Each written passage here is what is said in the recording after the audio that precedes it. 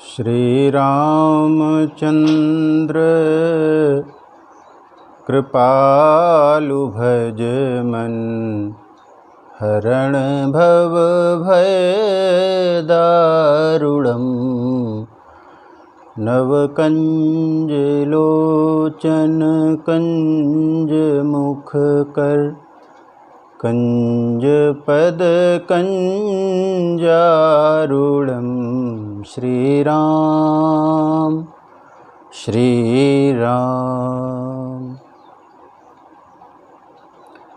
वंदे विदेहतनया पदपुण्डरीकं, कैशोरसौरभ समाहृतयो विचित्तं, हन्तुं त्रितापमनिशं मुनिहंससेव्यं।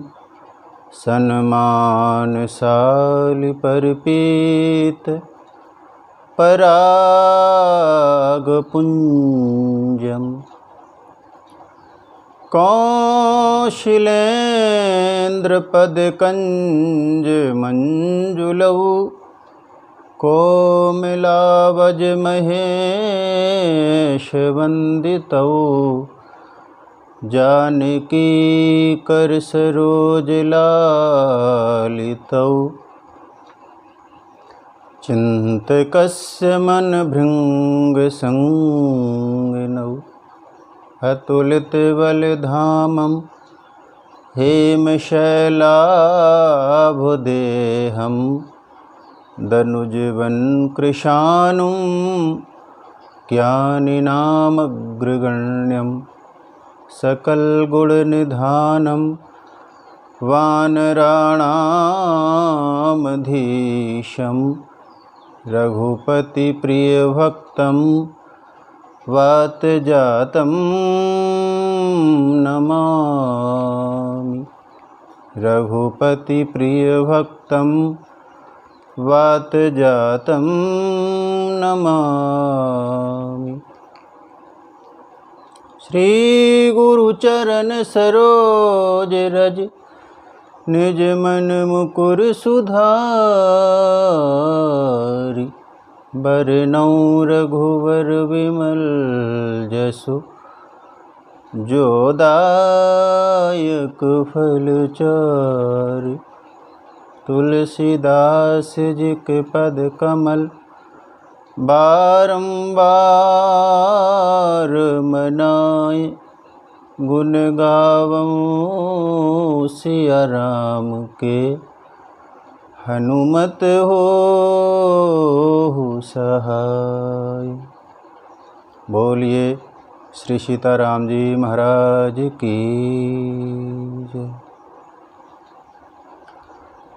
है ये कथा राम की, जीव के बड़े काम की। है ये कथा राम की, जीव के बड़े काम की।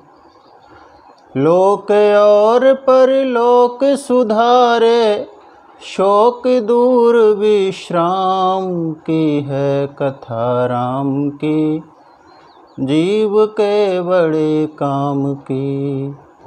काम क्रोध मद लोभ हटाए, जीने की सब कला सिखाए। काम क्रोध मद लोभ हटाए, जीने की सब कला सिखाए। जन्म जन्म के पाप नसाए, राघवेंद्र सुख धाम की। है कथा राम की, जीव के बड़े काम की। है ये कथा राम की, जीव के बड़े काम की। बोलिए श्री सीताराम जी महाराज की, हनुमान जी महाराज की जय। गोस्वामी तुलसीदास जी महाराज की।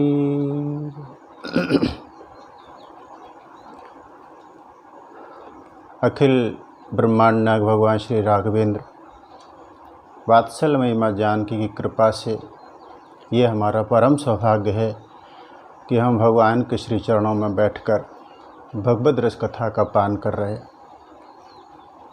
विज्ञान के माध्यम से देश विदेश में सुनने वाले सभी श्रोता भाई बहनों का मैं भगवान की इस कथा में हृदय से स्वागत करता हूँ।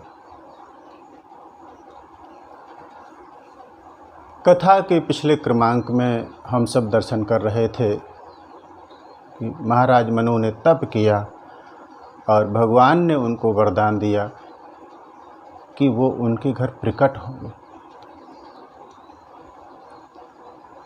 कथा के इस अंक में भगवान के अवतार का जो 5वां हेतु है, जिसकी हम विशद चर्चा करेंगे, उसके पूर्व एक बात की ओर आपका ध्यान आकृष्ट करना चाहूँगा, और वो ये कि भगवान के अवतार के संबंध में संतों ने और शास्त्रों ने अलग अलग बातें कही, अलग अलग मत दिए। कई संतों का, शास्त्रों का मानना यह है कि भगवान राम वो हैं जो क्षीर सागर में विष्णु के रूप में, नारायण के रूप में विराजमान रहते, वही भगवान राम के रूप में अवतरित हुए। तो कहीं पर ये बात कही गई कि स्वयं वैकुंठवासी भगवान नारायण ही राम बनकर आए, और कहीं पर ये बात कही गई कि जो परात्पर ब्रह्म है, जिनके अंश मात्र से करोड़ों ब्रह्मा, करोड़ों विष्णु, करोड़ों शंकर प्रकट हो जाते हों, ऐसा परमात्मा, ऐसा ब्रह्म ही स्वयं राम बनकर आया। और गोस्वामी जी के ग्रंथ की विशेषता यही है कि उन्होंने सभी मतों का समन्वय किया, कोई विवाद नहीं है साहब। और इतना बृहद ग्रंथ है, आप प्रारंभ से लेके अंत तक दर्शन करेंगे तो इस ग्रंथ में कहीं विवाद शब्द ही नहीं है। संवाद का ग्रंथ है, कथा प्रारंभ ही संवाद से होती है, संवाद का ग्रंथ है। समन्वय किया सभी सिद्धांतों का, सभी मतों का, और इसका दर्शन पिछले जो अवतार के हेतु हैं उसमें आप देखेंगे कि जब नारद जी ने भगवान को श्राप दिया तो उस समय आप दर्शन करेंगे कि नारद जी ने किसको श्राप दिया, कौन से नारायण को श्राप दिया। और पूर्व में एक संकेत मिलता है कि नारद जी क्षीर सागर पहुँचे। क्षीर सिंधु गवने मुनिनाथा, जहाँ वश श्री निवास श्रुति माथा। नारद जी क्षीर सागर पहुँचे। इसका मतलब है कि नारद जी ने जिन भगवान को श्राप दिया वो भगवान क्षीर सागर वासी है। और दूसरा संकेत आप दर्शन करें कि जहाँ पर जय विजय की कथा आती है, जय विजय को सनत कुमारों ने श्राप दिया राक्षस होने का, और जय विजय का उद्धार करने के हेतु भगवान प्रकट होते हैं, वो कौन से भगवान हैं? तो वहाँ पर संकेत ये आता है कि जय विजय बैकुंठ के द्वारपाल हैं। गोस्वामी जी पंक्ति भी लिखते हैं, द्वारपाल हरि के प्रिय दो, जय और विजय जान सबको। जय विजय ही भगवान के द्वारपाल हैं, वैकुंठ के। इसका अर्थ यह है कि उस अवतार में वैकुंठवासी भगवान नारायण ही राम बनकर आए। लेकिन महाराज मनु का तप आप देखें, पिछले अवतार में हम सब दर्शन कर रहे थे कि महाराज मनु ने जब तप किया तो गोस्वामी जी कहते हैं कि महाराज मनु के मन में एक भाव यह है कि जिनके अंश मात्र से ब्रह्मा, विष्णु, महेश प्रकट हो जाते हों, मैं उनकी आराधना कर रहा हूँ।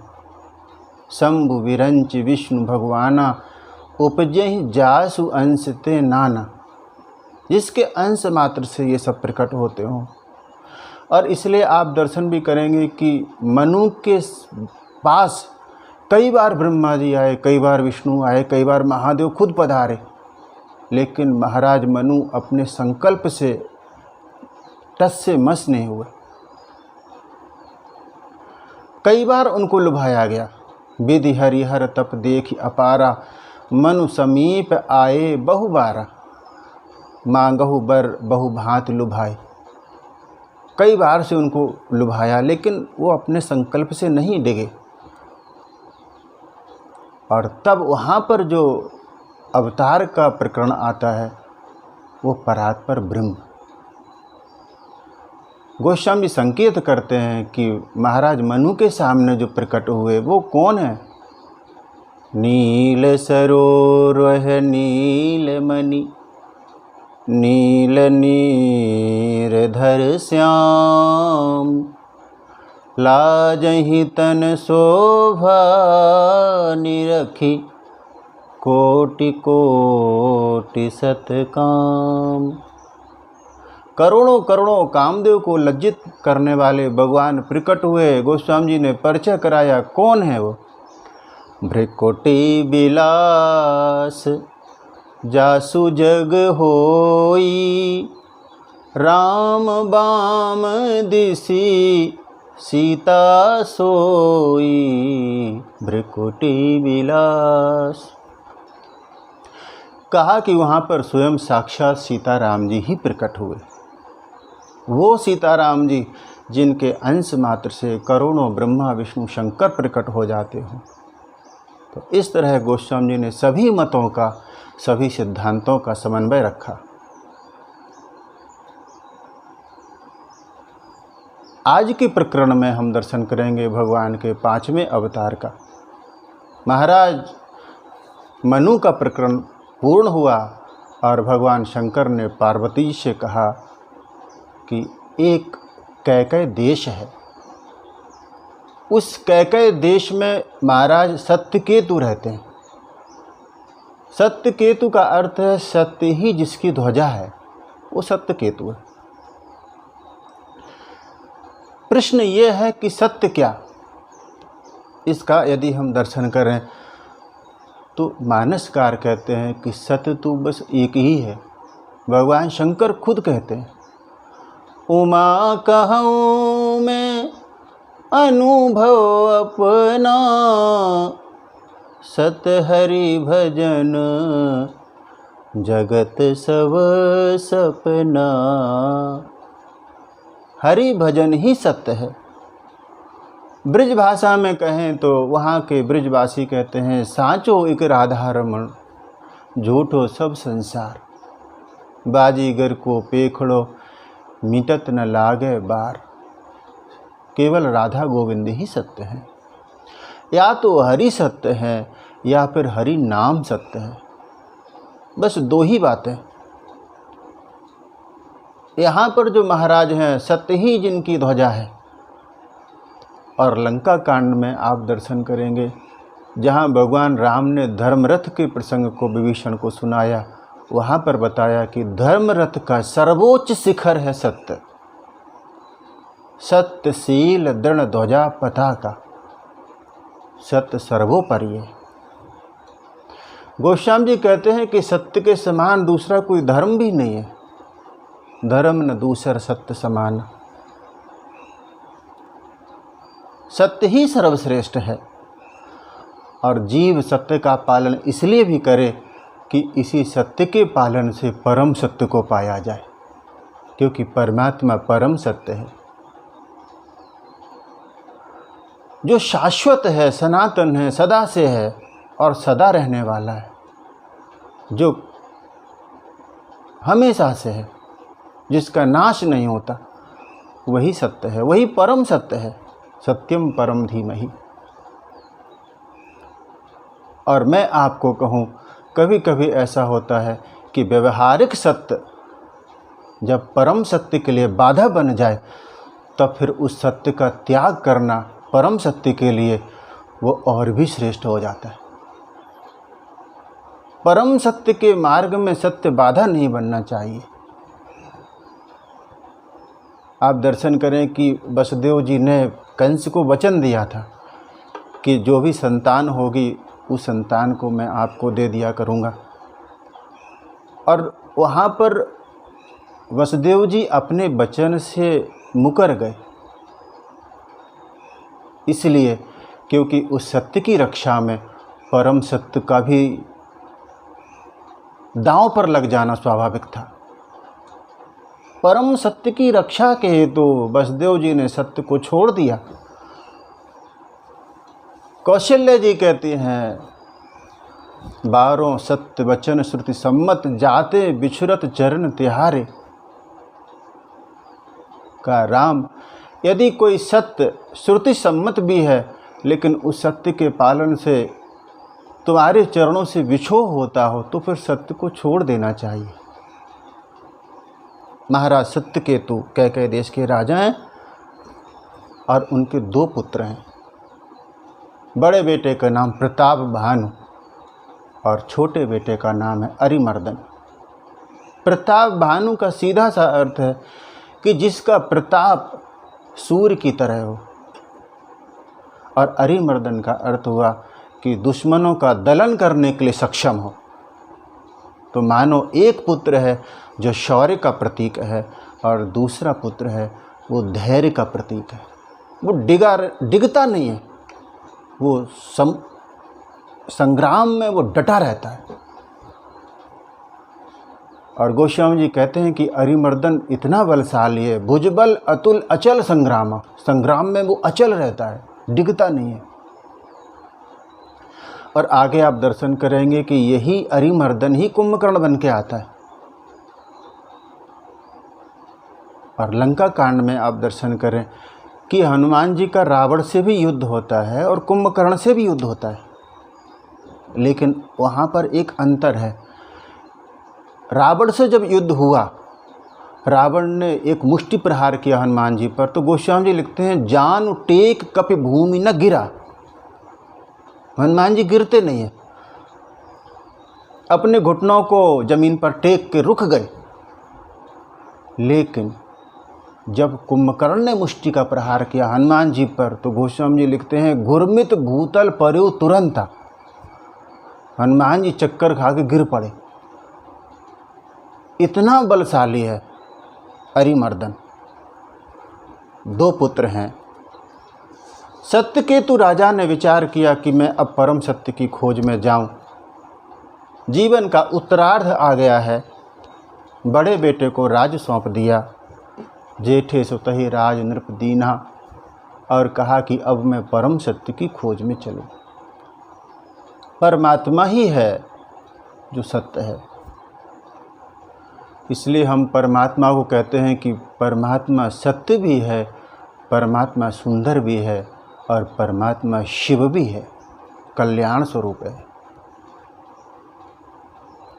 महाराज चले।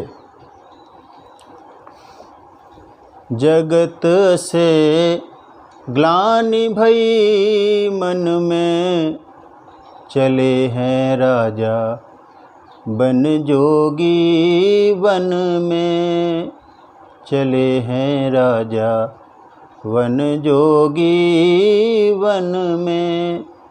जगत से ग्लानि भई मन में, चले हैं राजा वन जोगी वन में। माया महल दास अरुदासी, त्याग चले बन के सन्यासी। मोक्ष प्राप्ति का जतन करेंगे, डूब निरंजन में। चले हैं राजा बन जोगी वन में। चले हैं राजा बन जोगी वन में। महाराज सत्यकेतु चले गए वन में। प्रताप भानु को राजा बनाया गया और प्रताप भानु का एक मंत्री है। गोस्वामी जी परिचय कराते हैं, उस मंत्री का नाम है धर्म रुचि। नृपहितकारक सचिव सयाना, नाम धर्म रुचि शुक्र समाना। धर्म रुचि नाम का मंत्री है और वो किसकी तरह है? वो शुक्राचार्य की समान है। और आप देखें कि बहुधा हम सब धर्म रुचि ही हैं। दो शब्द आते हैं, एक तो धर्म रुचि है और दूसरा शब्द है धर्मात्मा, धर्म सम्राट, धर्म प्राण। धर्मात्मा और धर्म प्राण का अर्थ ये है कि प्राण भले ही चले जाएं लेकिन धर्म की रक्षा होनी चाहिए। धर्मो रक्षति रक्षिता, हम धर्म की रक्षा करेंगे तो धर्म हमारी रक्षा करेगा। धर्मात्मा वो प्राण जाऊं बरु बचन न जाए, प्राण भले ही चला जाए लेकिन हमारा धर्म बचा रहे। लेकिन धर्म रुचि कौन? धर्म रुचि का अर्थ है कि हम धर्म का पालन तभी तक करते रहते हैं जब तक हमारी रुचि के अनुसार धर्म चलता रहे। धर्म रुचि का अर्थ ये है कि धर्म में हमारी रुचि तो है लेकिन अधर्म के प्रति कोई घृणा का भाव भी नहीं है, उससे कोई दोष नहीं है, वो धर्म रुचि है। और इसलिए आप देखें कि धर्म रुचि जो मंत्री है उसको शुक्राचार्य के समान क्यों कहा गया? इसलिए कि शुक्राचार्य जी ये दैत्य गुरु है। यद्यपि धर्मात्मा है, खुद ऋषि हैं, मुनि हैं, महात्मा हैं, लेकिन अपनी विद्या का उपयोग कहाँ करते हैं? शुक्राचार्य जी के पास में एक विद्या है मृत संजीवनी, और शुक्राचार्य जी उपयोग करते हैं उसका दैत्यों को अमर करने में, दुष्टों को अमर करने में, अधर्म को जिलाने में। स्वयं धर्मात्मा है लेकिन उनका कृत्य अधर्म को बढ़ावा देता है। हम सब धर्म रुचि ही हैं। तो एक हिसाब से आप देखें तो यहाँ पर धर्म रुचि की थोड़ी सी निंदा ही है, शुक्राचार्य के समान कहा गया। तो एक मंत्री है जिसका नाम धर्म रुचि है, और आगे का प्रसंग गोस्वामी जी कहते हैं कि प्रताप भानु ने अपनी सेना तैयार की। उसे लगा कि हमारा जो राज्य है वो बहुत कम है, इसका विस्तार करना चाहिए। विजय के लिए उसने सेना तैयार की और फिर आसपास के राजाओं को पराजित करता हुआ पूरी पृथ्वी पर अपना एक छत्र राज्य स्थापित कर लिया। पूरी पृथ्वी मंडल पर प्रताप भानु के सिवा कोई दूसरा राजा नहीं है। गोस्वामी जी ने दर्शन कराया। सप्तदीप भुजबल बस कीन्हे, ले ले दंड छाड़ी नृप दीन्हे, सकल अवनि मंडल तहि काला, एक प्रताप भानु महिपाला। पूरी पृथ्वी मंडल पर एक ही राजा है जिसका नाम है प्रताप भानु। प्रताप भानु जब एक छत्र राजा बन गया तो ऐसा नहीं है कि वो अधर्म पर तुला हुआ है, धर्म पूर्वक शासन करता है। पृथ्वी को प्रताप भानु जैसा राजा मिला तो पृथ्वी कामधेनु हो गई। प्रताप भानु ने जितने सत्कर्म वेदों में, पुराणों में, शास्त्रों में कहे गए सभी सत्कर्म का पालन किया। उसने बाग बनवाए, बगीचे बनवाए, कुएं खुदवाए, नदियां बनवाई, नहरें बनवाई, ब्राह्मणों के भवन बनवाए, देवताओं के भवन बनवाए, मंदिर बनवाए। और तो और जहाँ जहाँ तक वेदों में, पुराणों में, शास्त्रों में यज्ञों का वर्णन है, प्रताप भानु ने सभी यज्ञ एक बार नहीं हजारों हजारों बार किए। जहाँ लगी कहे पुराण श्रुति, एक एक सब जाग। बार सहस्त्र सहस्त्र नृप, किए सहित अनुराग। अनुराग के साथ में करता है। प्रताप भानु से पूछा गया कि आप इतने यज्ञ कर रहे हैं, इतने सत्कर्म कर रहे हैं, इसके पीछे आपकी कामना क्या है, आप चाहते क्या? प्रताप भानु ने कहा कि मुझे कुछ नहीं चाहिए, मेरे मन में फल की कोई इच्छा है ही नहीं। तो लगता है कि प्रताप भानु निष्काम राजा है। गोस्वामी जी कहते हैं प्रताप भानु के मन में कोई फलाकांक्षा नहीं। हृदय न कछु फल अनुसंधान, भूप विवेकी परम सुजाना। उससे पूछा गया कि आप जो कुछ भी कर रहे हैं उसका फल तो मिलेगा, भले ही आपके मन में फल की आकांक्षा हो या ना हो, फल तो मिलेगा। तो उसने कहा कि जो भी फल मिलेगा मैं भगवान वासुदेव के चरणों में मैं उसको अर्पित करना चाहूँगा। पंक्तियों में दर्शन करें आप। हृदय न कछु फल अनुसंधाना, भूप विवेकी परम सुजाना। करई जे धर्म करम मन बानी, वासुदेव अर्पित नृप ज्ञानी।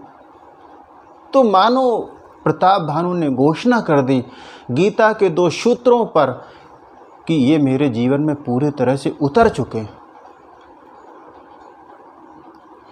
पहला दर्शन उसने दिया कि हमारे मन में कोई फलाकांक्षा नहीं है। और गीता में भगवान भी कहते हैं कि व्यक्ति के मन में फलाकांक्षा नहीं होनी चाहिए। कर्म के प्रति आसक्ति होगी तो फलाकांक्षा जरूर रहेगी। कर्तृत्व की भावना नहीं होगी, निमित्त भाव से हम कर्म करेंगे तो फिर फलाकांक्षा नहीं रहती है। कर्मण्येवाधिकारस्ते मा फलेषु कदाचन, भगवान कहते हैं। तो लगता है कि गीता का ये सूत्र प्रताप भानु के जीवन में उतर गया। और दूसरी बात, जब उसने कहा कि जो भी मैं कर्म कर रहा हूँ वो सब भगवान को अर्पित कर रहा हूँ, तो गीता का दूसरा सूत्र भगवान कहते हैं यत् करोसि यदश्नासि यज्जुहोसि ददासि यत्। आप जो भी कर रहे हैं, आप जो भी तप कर रहे हैं, जो भी आप खा रहे हैं, जो भी आप दे रहे हैं, दान कर रहे हैं, यत् तपस्यसि, आप जो भी तप कर रहे हैं, तत्कुरुष्व मदर्पणम, वो सब मुझे अर्पित कर दीजिए, भगवान कहते। तो मानो गीता का ये दूसरा सूत्र है जो प्रताप भानु के जीवन में उतर गया है। पंक्तियों से लगता है कि प्रताप भानु से ज़्यादा निष्काम कोई दूसरा व्यक्ति नहीं होगा। लेकिन प्रताप भानु की जो निष्कामता है वो दंभ है, वो कपट है, बाहर से कुछ और अंदर से कुछ और। यदि आपको ये पहचान करनी है कि भोजन के प्रति हमारे मन में कितनी आसक्ति है, तो ये पेट भरने पर पता नहीं चलेगा, जब भूखा कोई व्यक्ति होगा तब पता चलेगा कि कितनी आसक्ति है। पेट भरा हो और कोई कहे कि मुझे भोजन नहीं चाहिए, इसका कोई अर्थ नहीं। राजा के पास सब कुछ अनुकूलता है और फिर वो कहता है कि मुझे कुछ नहीं चाहिए, तो निष्कामता पता नहीं चलेगी। लेकिन इसका दंभ अंत में आप दर्शन करेंगे खुल जाता है। महाराज मनु में और प्रताप भानु में यही अंतर है कि महाराज मनु के जीवन में दंभ नहीं है। यदि उनका मन निष्काम नहीं है तो भगवान से साफ साफ कह दिया कि मैं शत्रुपा को लेके इसीलिए आया हूँ ताकि आपको पता चल जाए कि मैं निष्काम नहीं हूँ, मैं सकाम हूँ। और भगवान उनकी कामना पूर्ति भी करते हैं, स्वयं पुत्र बनकर आए। लेकिन प्रताप भानु ने झूठी निष्कामता का दंभ किया। उसने कहा कि मैं सब कुछ भगवान को अर्पित करता हूँ। और एक बार घोड़े पर सवार हुआ प्रताप भानु पूरे साज समाज के साथ में, सैनिकों के साथ में चला शिकार करने के लिए। विंध्याचल के गंभीर वन में घना जंगल है। और विंध्याचल क्या, जंगल मीन्स क्या? गोस्वामी जी कहते हैं ये संसार ही जंगल है। विंध्याचल प्रतीक है महत्वाकांक्षा का। आप सब जानते होंगे कि एक बार की कथा आती है, विंध्याचल ने भगवान सूर्य से कहा कि तुम मेरी परिक्रमा करो। भगवान सूर्य ने कहा कि मैं ऐसा नहीं कर सकता हूँ, क्योंकि मैं प्रकृति के नियमों से बंधा हुआ हूँ, मैं उसको नहीं तोड़ सकता। विंध्याचल ने कहा कि कोई बात नहीं, यदि आप प्रकृति के नियम को नहीं तोड़ सकते हैं तो फिर मैं अपने आप को इतना ऊंचा कर लूँगा कि आपका प्रकाश पृथ्वी पर पहुँच ही नहीं पाएगा, आवृत हो जाएगा, ढक जाएगा। और महत्वाकांक्षा का प्रतीक ये पर्वत बढ़ने लगा। सभी को हैरानी हुई, परेशान हुए देवता कि अब क्या किया जाए। और तब प्रार्थना की गई भगवान अगस्त से। अगस्त मुनि पधारे। महत्वाकांक्षा का प्रतीक विंध्याचल में एक अच्छी बात यह है कि वो संतों का सम्मान करता है। अगस्त जी पधारे तो वो लेट गया और अगस्त जी ने कहा कि मैं दक्षिण की यात्रा में जा रहा हूँ, बस मैं इतना चाहता हूँ कि तुम ऐसे ही लेटे रहना, जब मैं वापस आऊँ तभी उठना। और कहते हैं कि अगस्त जी दक्षिण की ओर प्रस्थान कर गए, वहाँ से लौटे ही नहीं तो प्रताप बानु उसी अवस्था में झुका रहा, लेटा रहा। और एक हिसाब से आप देखें तो ये तो विंध्याचल के साथ में छल हुआ। मुनि ने छल किया, लेकिन साहब छल नहीं हुआ। विंध्याचल ने यदि गुरु आज्ञा मानी, संत का सम्मान किया, तो भगवान ने उसको 1000 गुना लौटाया। जब स्वयं राघवेंद्र पधारे विंध्याचल में, चित्रकूट में पधारे और बिंधी ने देखा भगवान को आते हुए तो प्रसन्न हो गया। कहाँ मैं एक सूर्य के बारे में सोच रहा था कि मेरी परिक्रमा करे, यहाँ तो दिव्य सूर्य सहस्त्रस्य, हजारों हजारों सूर्य के समान ददीप्यमान भगवान स्वयं मेरी परिक्रमा करेंगे। कितना मेरा भाग होगा। बिंधी मुदित मन सुख न समाई, श्रम बिनु विपुल बढ़ाई पाई। इस बढ़ाई के लिए मुझे कोई श्रम नहीं करना पड़ा। संत का सम्मान किया तो विंध्याचल गदगद हो गया। भाव ये कि महत्वाकांक्षा यदि सही दिशा में हो तो फिर वो परमात्मा से मिलन करा देगी, लेकिन यदि महत्वाकांक्षा की दिशा गलत हो जाए तो फिर व्यक्ति रावण बन जाता है। यहाँ पर प्रताप भानु के मन में महत्वाकांक्षा का प्रतीक जो विंध्याचल है वहाँ पर प्रवेश करता है। शिकार करता गया और लोग तालियां बजा रहे हैं, वाह वाह कर रहे हैं। प्रताप भानु फूला न समा रहा है। और मैं आपको कहूँ, ये मानव मन की विडंबना होती है कि 1000 बार सफल हो जाए, उसको इतना सुख नहीं मिलता। यदि एक बार असफल हो जाए तो व्यक्ति व्याकुल हो जाता, तिलमिला उठता है। यही प्रताप भानु के साथ में हुआ। शिकार करता रहा, मारता रहा पशु पक्षियों को, लोग वाह करते रहे, तो प्रताप भानु फूलता रहा। और तभी गोस्वामी जी कहते हैं, प्रताप भानु ने उस घने जंगल में एक सूकर को देखा, सूअर को देखा। सूकर को देखा, विशाल सूकर है, उसके दांत निकले हुए हैं। प्रताप भानु ने देखा तो लगा सूकर को देखकर कि जैसे राहु ने चंद्रमा को ग्रस लिया। और ऐसा लग रहा है कि चंद्रमा थोड़ा बड़ा है, इसके मुंह में पूरी तरह से समाया नहीं, तो बाहर चमकते हुए दांत लगे कि मानो चंद्रमा थोड़ा सा निकला हुआ है। बड़े विधु नहीं समात मुख माही, उसके मुंह में समाता नहीं। और मनोह क्रोध बस उगिलत नाही, और ये सूकर मानो क्रोध के कारण उस चंद्रमा को उगलता नहीं। अब यहाँ पर प्रताप भानु सोच सकता था कि जहाँ पर राहु ने चंद्रमा को ग्रस लिया है, वही राहु सूर्य को भी तो ग्रस सकता है, क्योंकि वो स्वयं सूर्य के समान है। पीछा किया। बाण चलाता है, छल करके सूअर बच जाता है। कभी छोटा बन जाता है, कभी बड़ा बन जाता है, कभी वृक्ष के पीछे, कभी पहाड़ी के पीछे, पत्थर के पीछे छुप जाता है। और ऐसे छिपते प्रकट होते राजा को बहुत दूर ले गया। राजा ने बाण चलाया, बाण निष्फल गया, चारों ओर चुप्पी हो गई। तो राजा व्याकुल हो गया कि ये तो मेरा अपमान हो गया, अब मैं क्या करूं। और तब पीछे दौड़ा सूअर के, दौड़ता चला गया। जितने संगी साथी सैनिक सब थे वो सब छूट गए। राजा अकेला दौड़ रहा है घोड़े पर बैठा हुआ उस सूअर को मारने के लिए। लेकिन जब गंभीर जंगल में पहुंच गया तो सूकर वहां पर अदृश्य हो गया। राजा दौड़ते दौड़ते थक गया। उसे लगा कि अब तो वो सूकर कहीं दिखाई नहीं दे रहा है, तो मुझे वापस जाना चाहिए। और जब वो लौटने लगा तो देखा कि ये तो गंभीर वन है। जंगल में साहब कोई रोड नहीं होती है, वहाँ पर भटकने की पूरी संभावना होती है। राजा भटक गया कि मैं अब कहाँ से कहाँ आ गया, मैं वापस जाऊँ तो कैसे जाऊँ।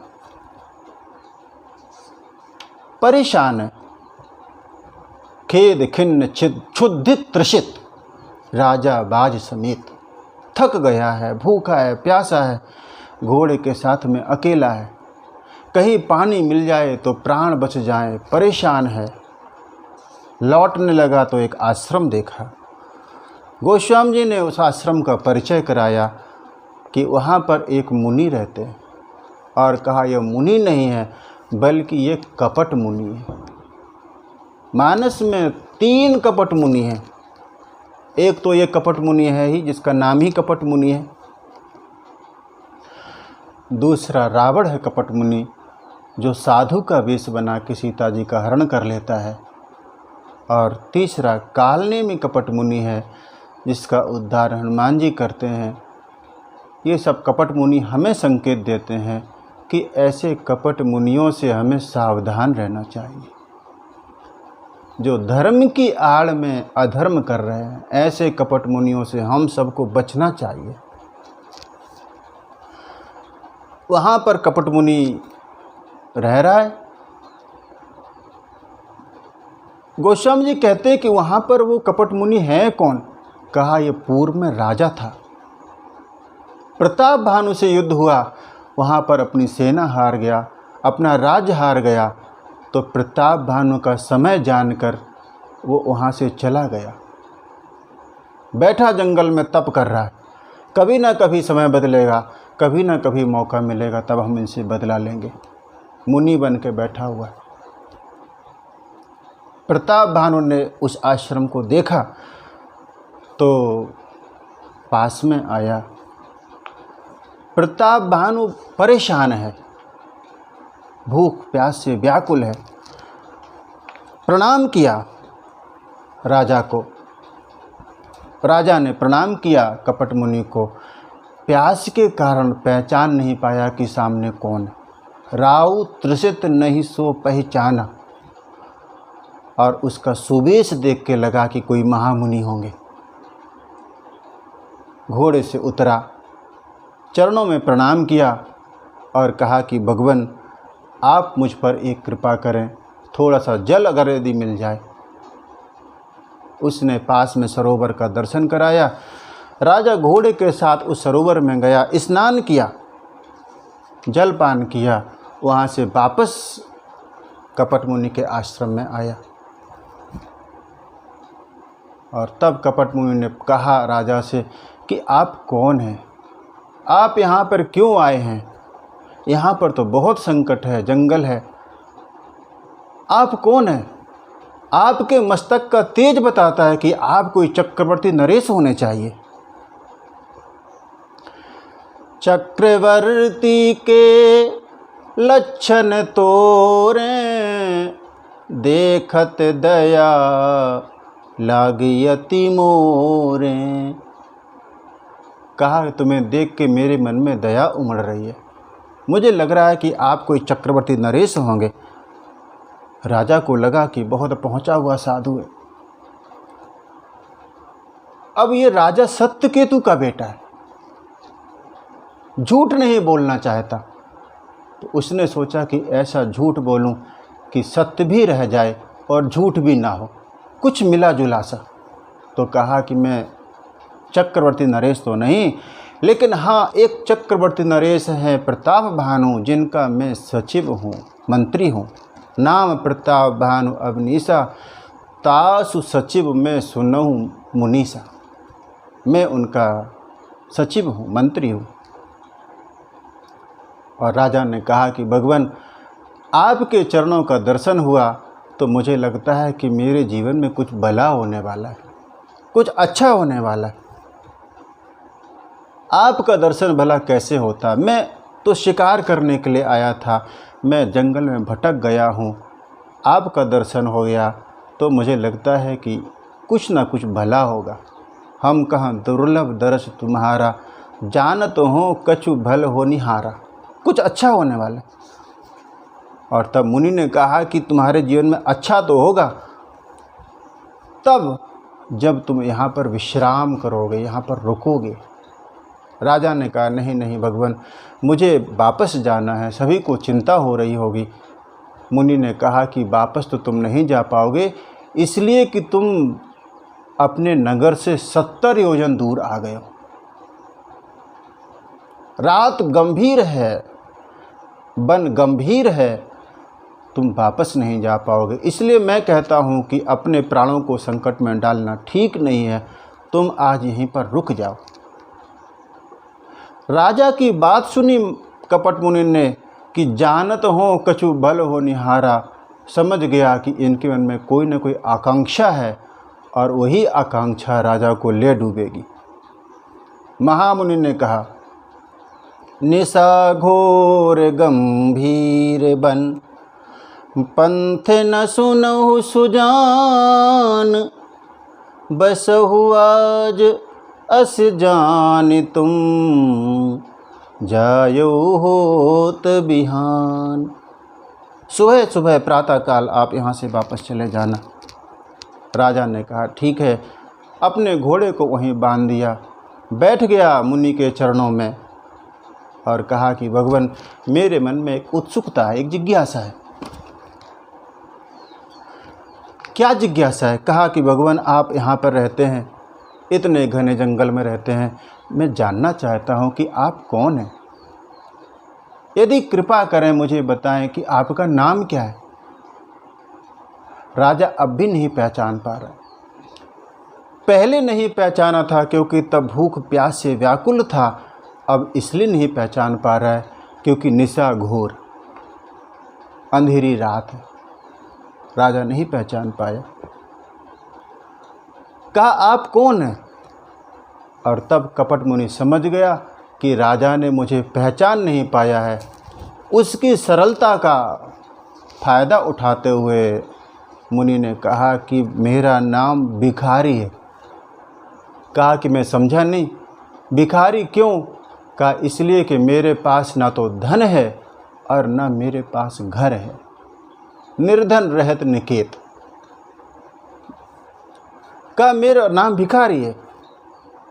राजा ने सुना तो गदगद हो गया। उसे लगा कि महात्मा बहुत पहुँचे हुए हैं, अपने आप को छुपा के रखते हैं। तो चरणों में गिर गया और कहा कि भगवान आप जैसे महात्मा को मनुष्य क्या स्वयं ब्रह्मा विष्णु महेश भी देखेंगे तो उनको भरोसा नहीं आएगा कि इतने ऊंचे महात्मा हैं, उनको भी संदेह हो जाएगा। कहा आप भगवान जो भी हो, बस मेरे ऊपर कुछ कृपा करिए। जब उसने कहा मेरे ऊपर कृपा करिए, तब मुनि ने सोचा कि अब ये बिल्कुल मेरे बस में धीरे धीरे होता चला जा रहा है। और तब उसने गूढ़ बातें प्रकट की। उसने कहा कि मैं बिल्कुल सच्चे भाव से कहता हूँ। क्या? सुनो सती भाव कहूँ महिपाला, यहाँ बसत बीते बहु काला। यहाँ रहते रहते मुझे बहुत समय हो गया, मैं किसी से मिलता नहीं हूँ। इसलिए कि भगवान के सिवा मेरा किसी से कोई प्रयोजन नहीं है, और मिलता इसलिए भी नहीं हूँ क्योंकि लोक मान्यता है वो अग्नि के समान है, हमारे तप रूपी जंगल को नष्ट कर देगी। मैं इसलिए किसी से मिलता नहीं, बस भगवान का भजन करता हूँ और यहाँ पर मस्ती से रहता हूँ, गुप्त रहकर। भगवान के अलावा मुझे किसी से कोई प्रयोजन नहीं है, और भगवान को भी क्या बताना, भगवान तो सब कुछ जानते हैं। लेकिन राजा ने कहा, कपट मुनि ने कहा, लेकिन मुझे लगता है कि यदि मैं अब तुमसे कोई दुराव करूं, तुमसे कोई छुपाव करूं, तो मुझे दोष लगेगा, क्योंकि इतनी सरलता है और इतनी भक्ति तुम्हारे अंदर है कि यदि अब मैं कुछ छुपाऊं तो वो ठीक नहीं होगा। इसलिए कहा कि मैं अपना परिचय दूं कि मैं कौन हूं। कहा कि भगवान आप कौन हैं? नाम हमार एक तनु भाई, सुनि नृप बोल्यो पुनि सिरु नाई। नाम हमार, कहा कि मेरा नाम एक तनु है। राजा ने विचार किया कि एक तनु तो दुनिया में सभी है, किसके पास दो तन है? सभी के पास एक ही तन है। विचार किया कि जरूर इसमें कोई ना कोई रहस्य होगा। एक तनु का क्या अर्थ? राजा फिर चरणों में गिर गया। कहा कि भगवान आप अपने नाम का अर्थ बताएं, इसका क्या अर्थ है? एक तनु मतलब क्या? और तब मुनि ने जो अर्थ बताया, राजा को तो भरोसा ही नहीं हुआ। कहा मेरा नाम एक तनु इसलिए है, जब से ये सृष्टि उत्पन्न हुई है तभी मेरी उत्पत्ति हुई थी, इसलिए तब से लेके आज तक मैंने अपना शरीर ही नहीं बदला। मेरा नाम इसलिए एक तनु है। आदि सृष्टि उपजी जबहीं, तब उत्पत्ति भय मोर। नाम एक तनु हे तुतही, देह न धरी बहुर। मैंने दोबारा देह धारण नहीं की, इसलिए मेरा नाम एक तनु है। राजा ने सुना तो चक्कर खा के मानो गिर सा पड़ा। उसको लगा कि ये तो संभव ही नहीं है। अभी तक राजा सोचता था कि जिसका जन्म हुआ है उसकी मृत्यु सुनिश्चित है, उसको मरना ही है। जन्म के साथ ही जीव की मौत भी जन्म ले लेती है। जन्म मृत्यु ये अपरिहार्य है, इसको बदला नहीं जा सकता। लेकिन जब मुनि की बात सुनी तो राजा को भरोसा नहीं हुआ। उसने कहा कि भगवान ये तो बिल्कुल मेरे गले के नीचे बात उतरती ही नहीं। और मुनि ने कहा कि बिल्कुल ये सच है। सच इसलिए है क्योंकि अभी तुम्हें ये पता नहीं है कि तप में कितनी क्षमता होती है, कितनी ताकत होती है तप में। और तब उसने तप की महिमा का बखान किया। कहा राजा से कि तुम्हें पता है तप के प्रभाव से ही ब्रह्मा जी जगत का सृजन करते हैं। तप के प्रभाव से ही भगवान विष्णु पूरे सृष्टि का पालन करते हैं। तप के प्रभाव से ही महादेव पूरे सृष्टि का संहार करते हैं। क्या एक व्यक्ति में क्षमता है कि पूरी सृष्टि का पालन कर सके, पूरी सृष्टि का संहार कर सके? बिल्कुल नहीं। लेकिन तप में वो क्षमता है, तप में वो शक्ति है, वो ताकत है। तप के बल से ही शेष इस पूरे ब्रह्मांड को अपने सिर पर धारण करते हैं। ये तप में ही क्षमता है। तप के बल से सब कुछ संभव है। और कहा कि मैं तुमसे एक प्रश्न करूं, इस पूरे सृष्टि का उत्पन्न करने वाला, उत्पत्ति करने वाला कौन है? तो उसने कहा ब्रह्मा जी। पालन करने वाला कौन है? तो कहा कि भगवान विष्णु।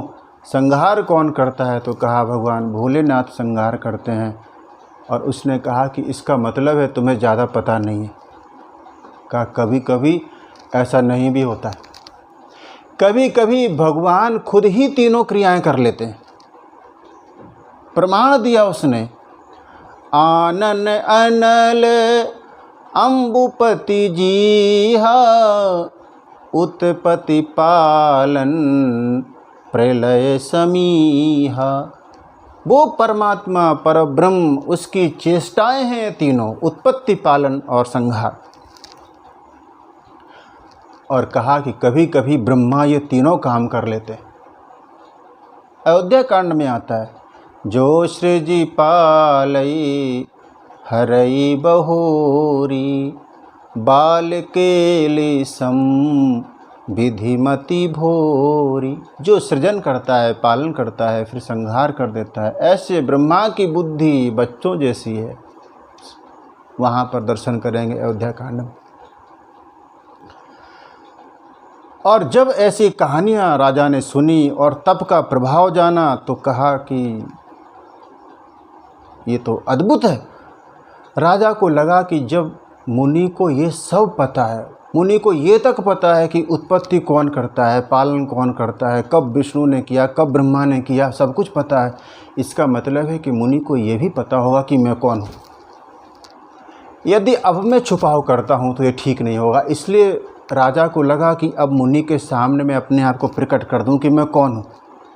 इससे पहले कि राजा अपनी बात बताए, मुनि ने कहा कि तुम कौन हो ये मैं भली भांति जानता हूं। राजा तो डरा। राजा को लगा कि अब मेरे झूठ से कहीं मुनि को क्रोध ना आ जाए। तो कहा कि आप कौन हैं। मुनि ने परिचय दिया कि आप कौन हैं। उसने कहा कि आप प्रताप भानु हैं। प्रताप भानु के मंत्री नहीं, आप स्वयं प्रताप भानु हैं। और कहा कि मैं केवल तुमको नहीं, तुम्हारे पिता को भी जानता हूँ, तुम सत्यकेतु के बेटे हो। राजा ने सुना तो चौंक गया, मानो पैरों तले जमीन खिसक गई। उसे लगा कि अब मैं मुनि के कोप का भाजन बनूंगा। और तब मुनि ने कहा कि कोई बात नहीं है चिंता की, तुम डरो मत, तुमने जो किया वो मुझे बहुत अच्छा लगा। क्यों? इसलिए कि राजा को कहीं भी अपना नाम नहीं बता देना चाहिए, क्योंकि उसके प्राणों को संकट हो सकता है। तुमने जो नीति का पालन किया वो मुझे बहुत प्रिय लगा। परिचय उसने जब बताया, उसने कहा कि मैं जानता हूँ तुम कौन हो। नाम तुम्हार प्रताप दिनेशा, सत्य के तू तव पिता नरेशा। आपने जो कपट किया मुझे बहुत प्रिय लगा। और कहा कि मैं तुम्हारी सरलता को देख के, तुम्हारी भक्ति को देख के, तुम्हारी नीति निपुणता को देख के मेरे मन में ममता उपज रही है। और मैं चाहता हूँ कि तुम मेरे से कुछ मांग लो। मैं बहुत प्रसन्न हूँ तुमसे, जो तुम्हें चाहिए तुम मांग लो। और जैसे ही ये मौका मिला, प्रताप भानु का जो इच्छाओं का जो पुलिंदा था वो खुल गया। जिसने ये कहा था कि मेरे मन में कोई फलाकांक्षा नहीं है, वो प्रताप भानु के मन में कितनी फलाकांक्षा है, कितनी आकांक्षा भरी हुई है, कितनी कामनाओं से भरा हुआ है, वो आप यहाँ पर दर्शन करें। मुनि ने कहा कि मांगो तुम्हें क्या चाहिए। तो पहले तो बोला कि भगवान आपकी कृपा से मेरे जीवन में कोई कमी नहीं है। कृपा सिंधु मुनि दर्शन तोरे, देखत दया लागे अति मोरे। कृपा सिंधु मुनि दर्शन तोरे, चारि पदार्थ करतल मोरे। मेरे मन में, मेरे मुट्ठी में चारों पदार्थ हैं, धर्म अर्थ काम मोक्ष सब कुछ है। लेकिन आपने जो कहा कि मांगो, यदि मैं नहीं मांगता हूँ तो ये साधु की अवज्ञा होगी, आपके मन को दुख लगेगा, इसलिए मैं मांगता हूँ। राजा ने कहा कि मैं ये मांगता हूँ कि मुझे बुढ़ापा ना आए।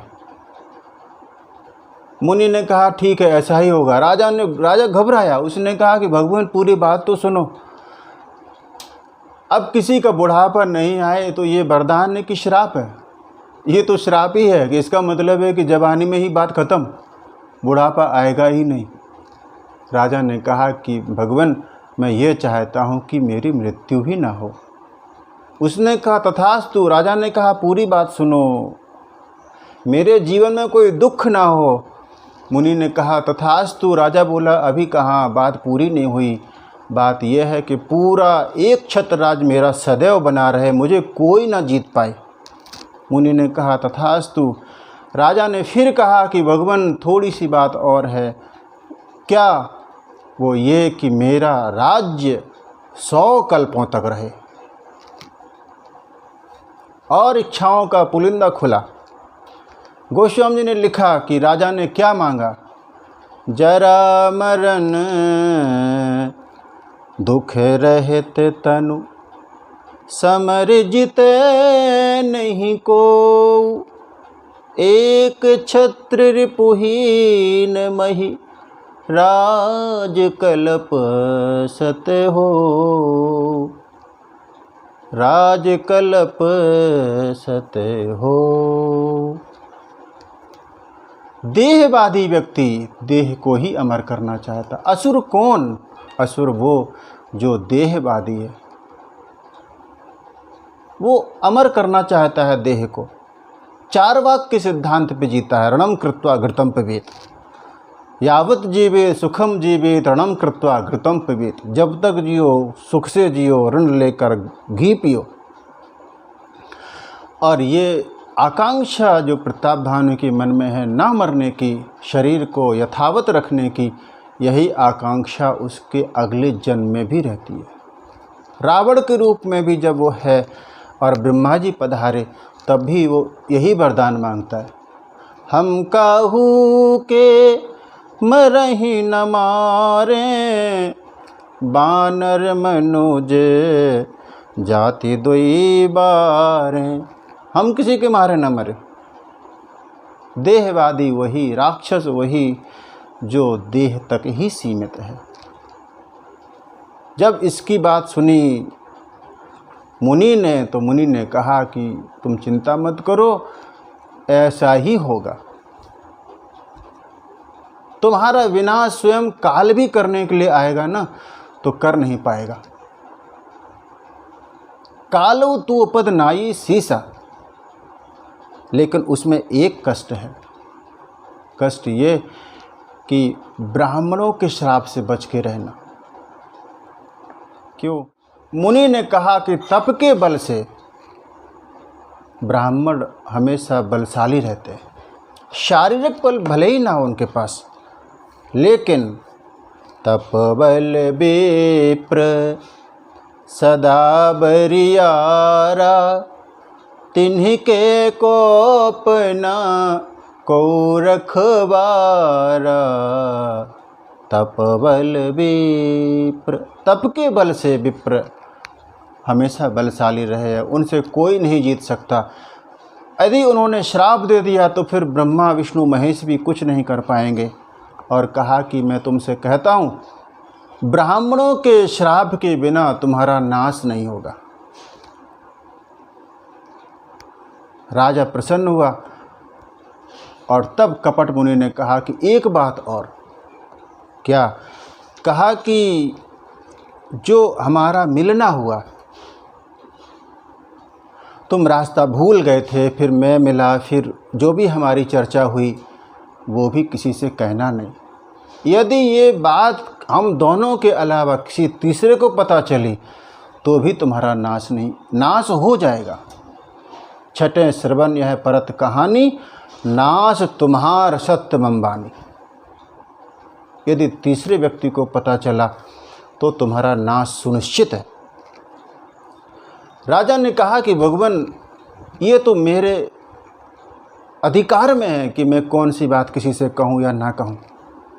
यदि मैं आपकी बात ना मानूं और अपने इस मिलन को किसी को मैं बता दूं और फिर मेरा नाश हो, तो मुझे उसका सोच नहीं होगा। लेकिन ब्राह्मणों को कैसे बस में किया जाए, वो तो मेरे बस में नहीं है। इस बात को बताना या ना बताना वो मेरे बस में है। और कहा यदि गुरु की मैं अवज्ञा करूं तो नाश सुनिश्चित होता ही है। यदि कोई गुरु की बात ना माने, गुरु को क्रोध आ जाए, तो फिर उसका रखवाला विधाता भी नहीं है। भगवान एक बार गुस्सा हो जाए तो गुरु रक्षा कर लेता है, लेकिन गुरु ही रूठ जाए। कबीरदास जी ने कहा, हरि रूठे गुरु ठौर है। भगवान रूठ जाए तो गुरु ठौर है, एक जगह है, लेकिन गुरु रूठे नहीं ठौर, फिर ठौर नहीं, फिर जगह नहीं। यहाँ पर प्रताप भानु ने कहा, राखई गुर जो कोप विधाता, गुरु विरोधे नहीं को जग त्राता। गुरु का विरोधी यदि कोई है तो संसार में उसकी रक्षा कोई नहीं कर पाएगा। मैं यदि आपकी बात ना मानूं तो मेरा विनाश हो जाए, उसमें मुझे चिंता नहीं है। बस आप ये बताओ कि मैं ब्राह्मणों को बस में कैसे करूं। कपट मुनि ने कहा कि ब्राह्मणों को बस में करना बहुत आसान है, यद्यपि उनको बस में करने वाले बहुत उपाय हैं।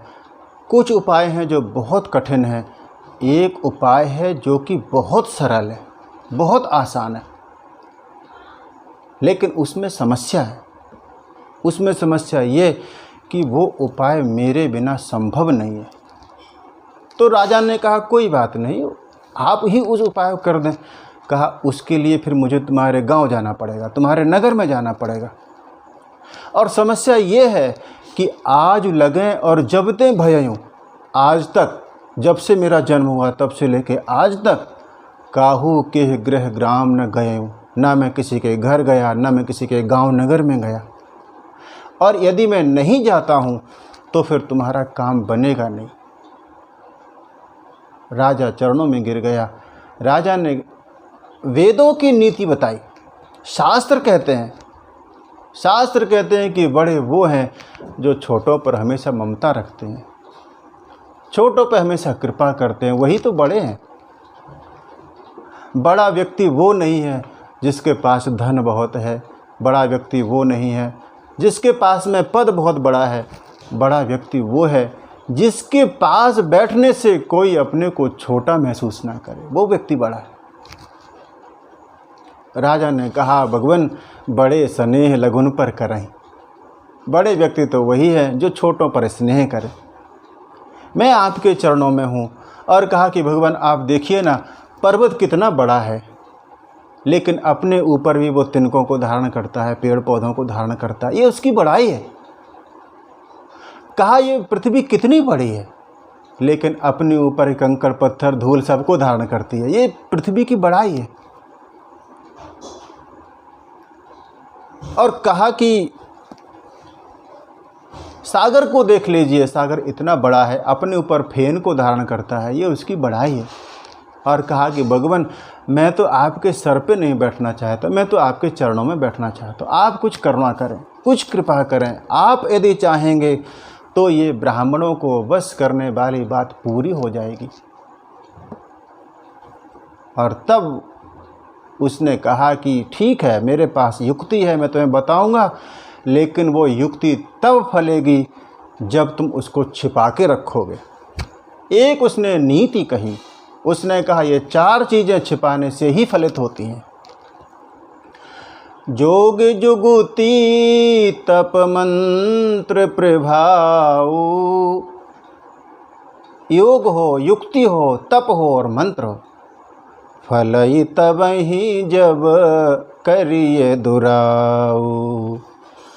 जोग जुगुती तप मंत्र प्रभाव, फलई तब ही जब करिए दुराऊ। ये तभी फलते हैं जब इनको दुराया जाए, उनको छुपाया जाए। तो राजा ने कहा कि भगवान ठीक है वो युक्ति, लेकिन है कौन सी? कहा वो युक्ति ये है कि मैं तुम्हारे नगर में आऊँगा और मैं भोजन बनाऊँगा, तुम उस भोजन को परोसना, ब्राह्मणों का निमंत्रण करना। राजा ने पूछा कितने ब्राह्मणों को बुलाना है? उसने कहा कि प्रतिदिन 1,00,000 ब्राह्मणों को बुलाना परिवार के साथ।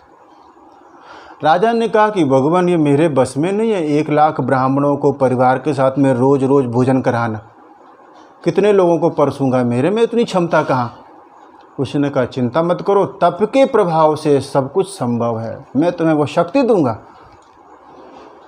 मेरे पास तो शक्ति है भोजन बनाने की, उसकी चिंता नहीं करनी है, तुम्हें कोई रसोइया नहीं करना है, मैं स्वयं आऊँगा, भोजन बनाऊँगा, सबको खिलाना। कहा उससे ये होगा कि जो जो ब्राह्मण तुम्हारे यहाँ भोजन कर लेंगे तुम्हारे बस में हो जाएंगे, उन ब्राह्मणों के यहाँ जो भोजन कर लेंगे वो तुम्हारे बस में हो जाएंगे।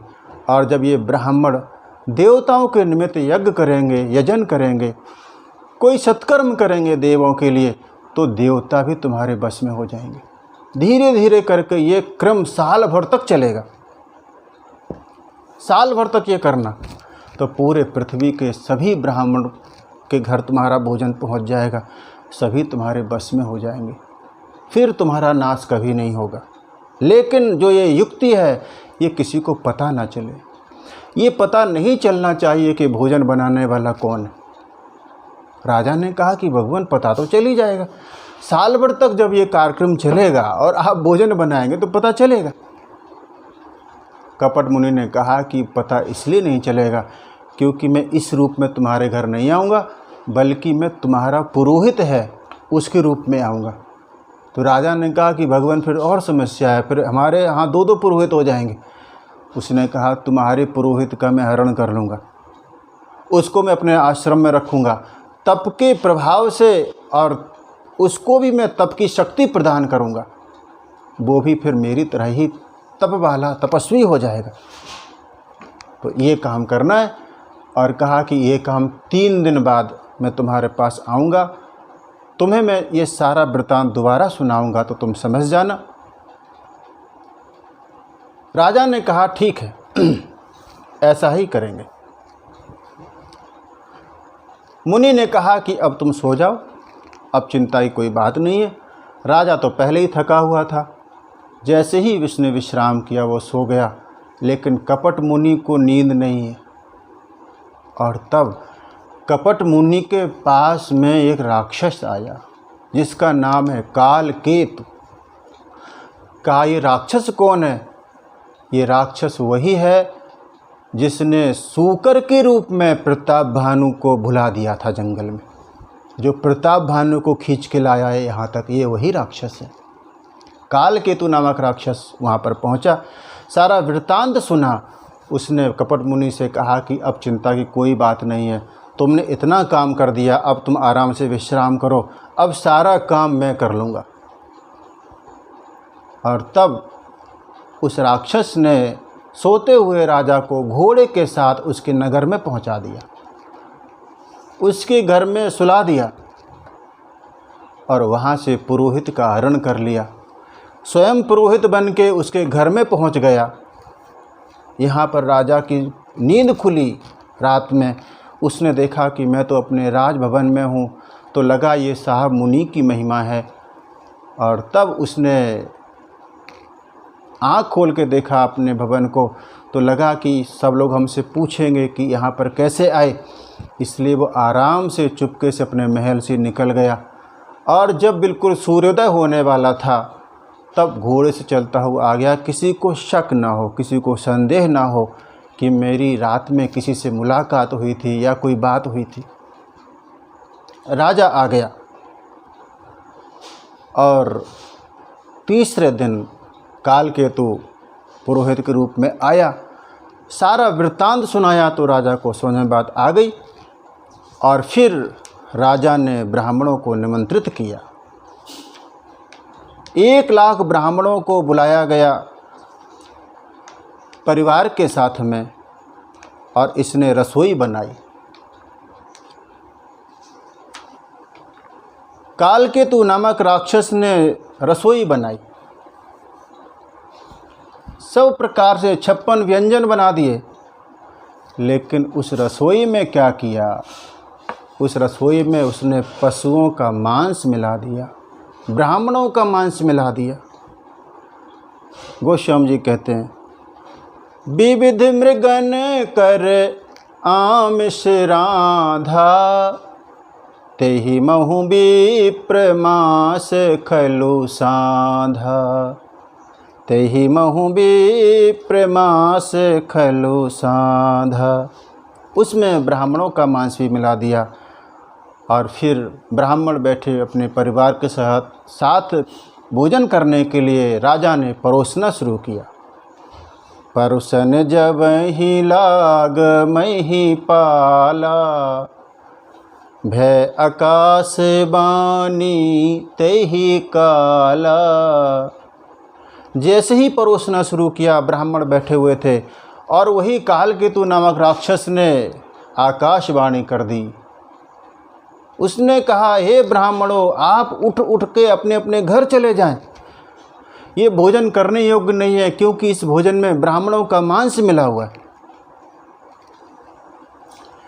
विप्र वृंद उठी उठी ग्रह जाहू, है बड़ हानि अन्न जनि खाहू। ये अन्न मत खाओ, अपने अपने घर चले जाओ, क्योंकि इस रसोई में ब्राह्मणों का मांस मिलाया गया है। आकाशवाणी को सत्य जानकर सभी ब्राह्मण खड़े हो गए और राजा को चुपचाप देखा तो समझ गए कि इसमें इसी की मिली भगत है। यह जरूर मेरे धर्म को भ्रष्ट करना चाहता था, तो श्राप दे दिया।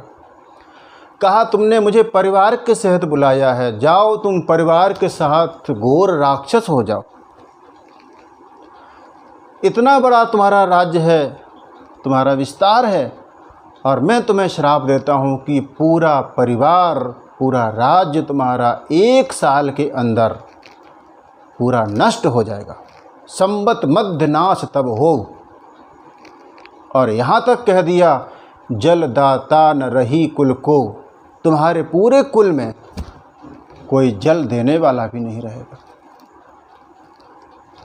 और जब श्राप दे दिया राजा, तो चुपचाप, राजा को लगा कि अब मैं वो गुरु की बात इनको बताऊं कि ना बताऊं। राजा तो चुपचाप था, क्योंकि उसने कहा था ये बात किसी को बताना नहीं। राजा गया रसोई में, वहाँ देखा ना कोई वहाँ पर रसोइया है, ना वहाँ पर कोई भोजन है। और तब उसको पता चला कि मेरे साथ छल हुआ। राजा आया, ब्राह्मणों के चरणों में गिर गया कि भगवान, मेरी इसमें कोई गलती नहीं है। और तब फिर दोबारा ब्रह्मवाणी हुई, दोबारा आकाशवाणी हुई, और उस आकाशवाणी ने कहा कि हे ब्राह्मणों, राजा ने तो विचार नहीं किया था, तुम्हें जो भी परोसा, लेकिन कम से कम तुम्हें तो विचार करना चाहिए था। ये राजा इतना धर्मात्मा, इतने पुण्य काम किए, सत्कर्म किए तुम सब लोगों के लिए, और एक भूल पर तुमने इसको श्राप दे दिया, ये ठीक नहीं किया। विप्रहु श्राप विचार न दीना, नहीं अपराध भूप कछु कीना। अब आकाशवाणी ने कह दिया कि राजा का कोई दोष नहीं है, तो ब्राह्मणों को भी संकोच हुआ, और ब्राह्मणों ने कहा कि राजन, अब जो श्राप मैंने दे दिया है उसको मिटाना हमारे हाथ में नहीं। भूपति भावी मिटई नहीं, यद्यपि न दूषण तोर, किए अन्यथा होई नहीं, विप्र श्राप अति घोर। वो तो नहीं मिट सकता।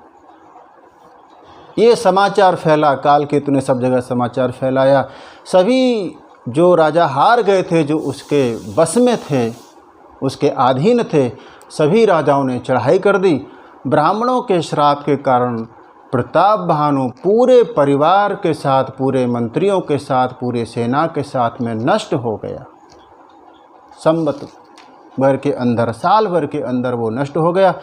और फिर वही प्रताप भानु अगले जन्म में रावण का शरीर धारण करता है, अरिमर्दन कुंभकर्ण बनता है, और जो धर्म रुचि है वही विभीषण के रूप में जन्म लेता है, जिसकी कथा हम अगले प्रसंग में करेंगे।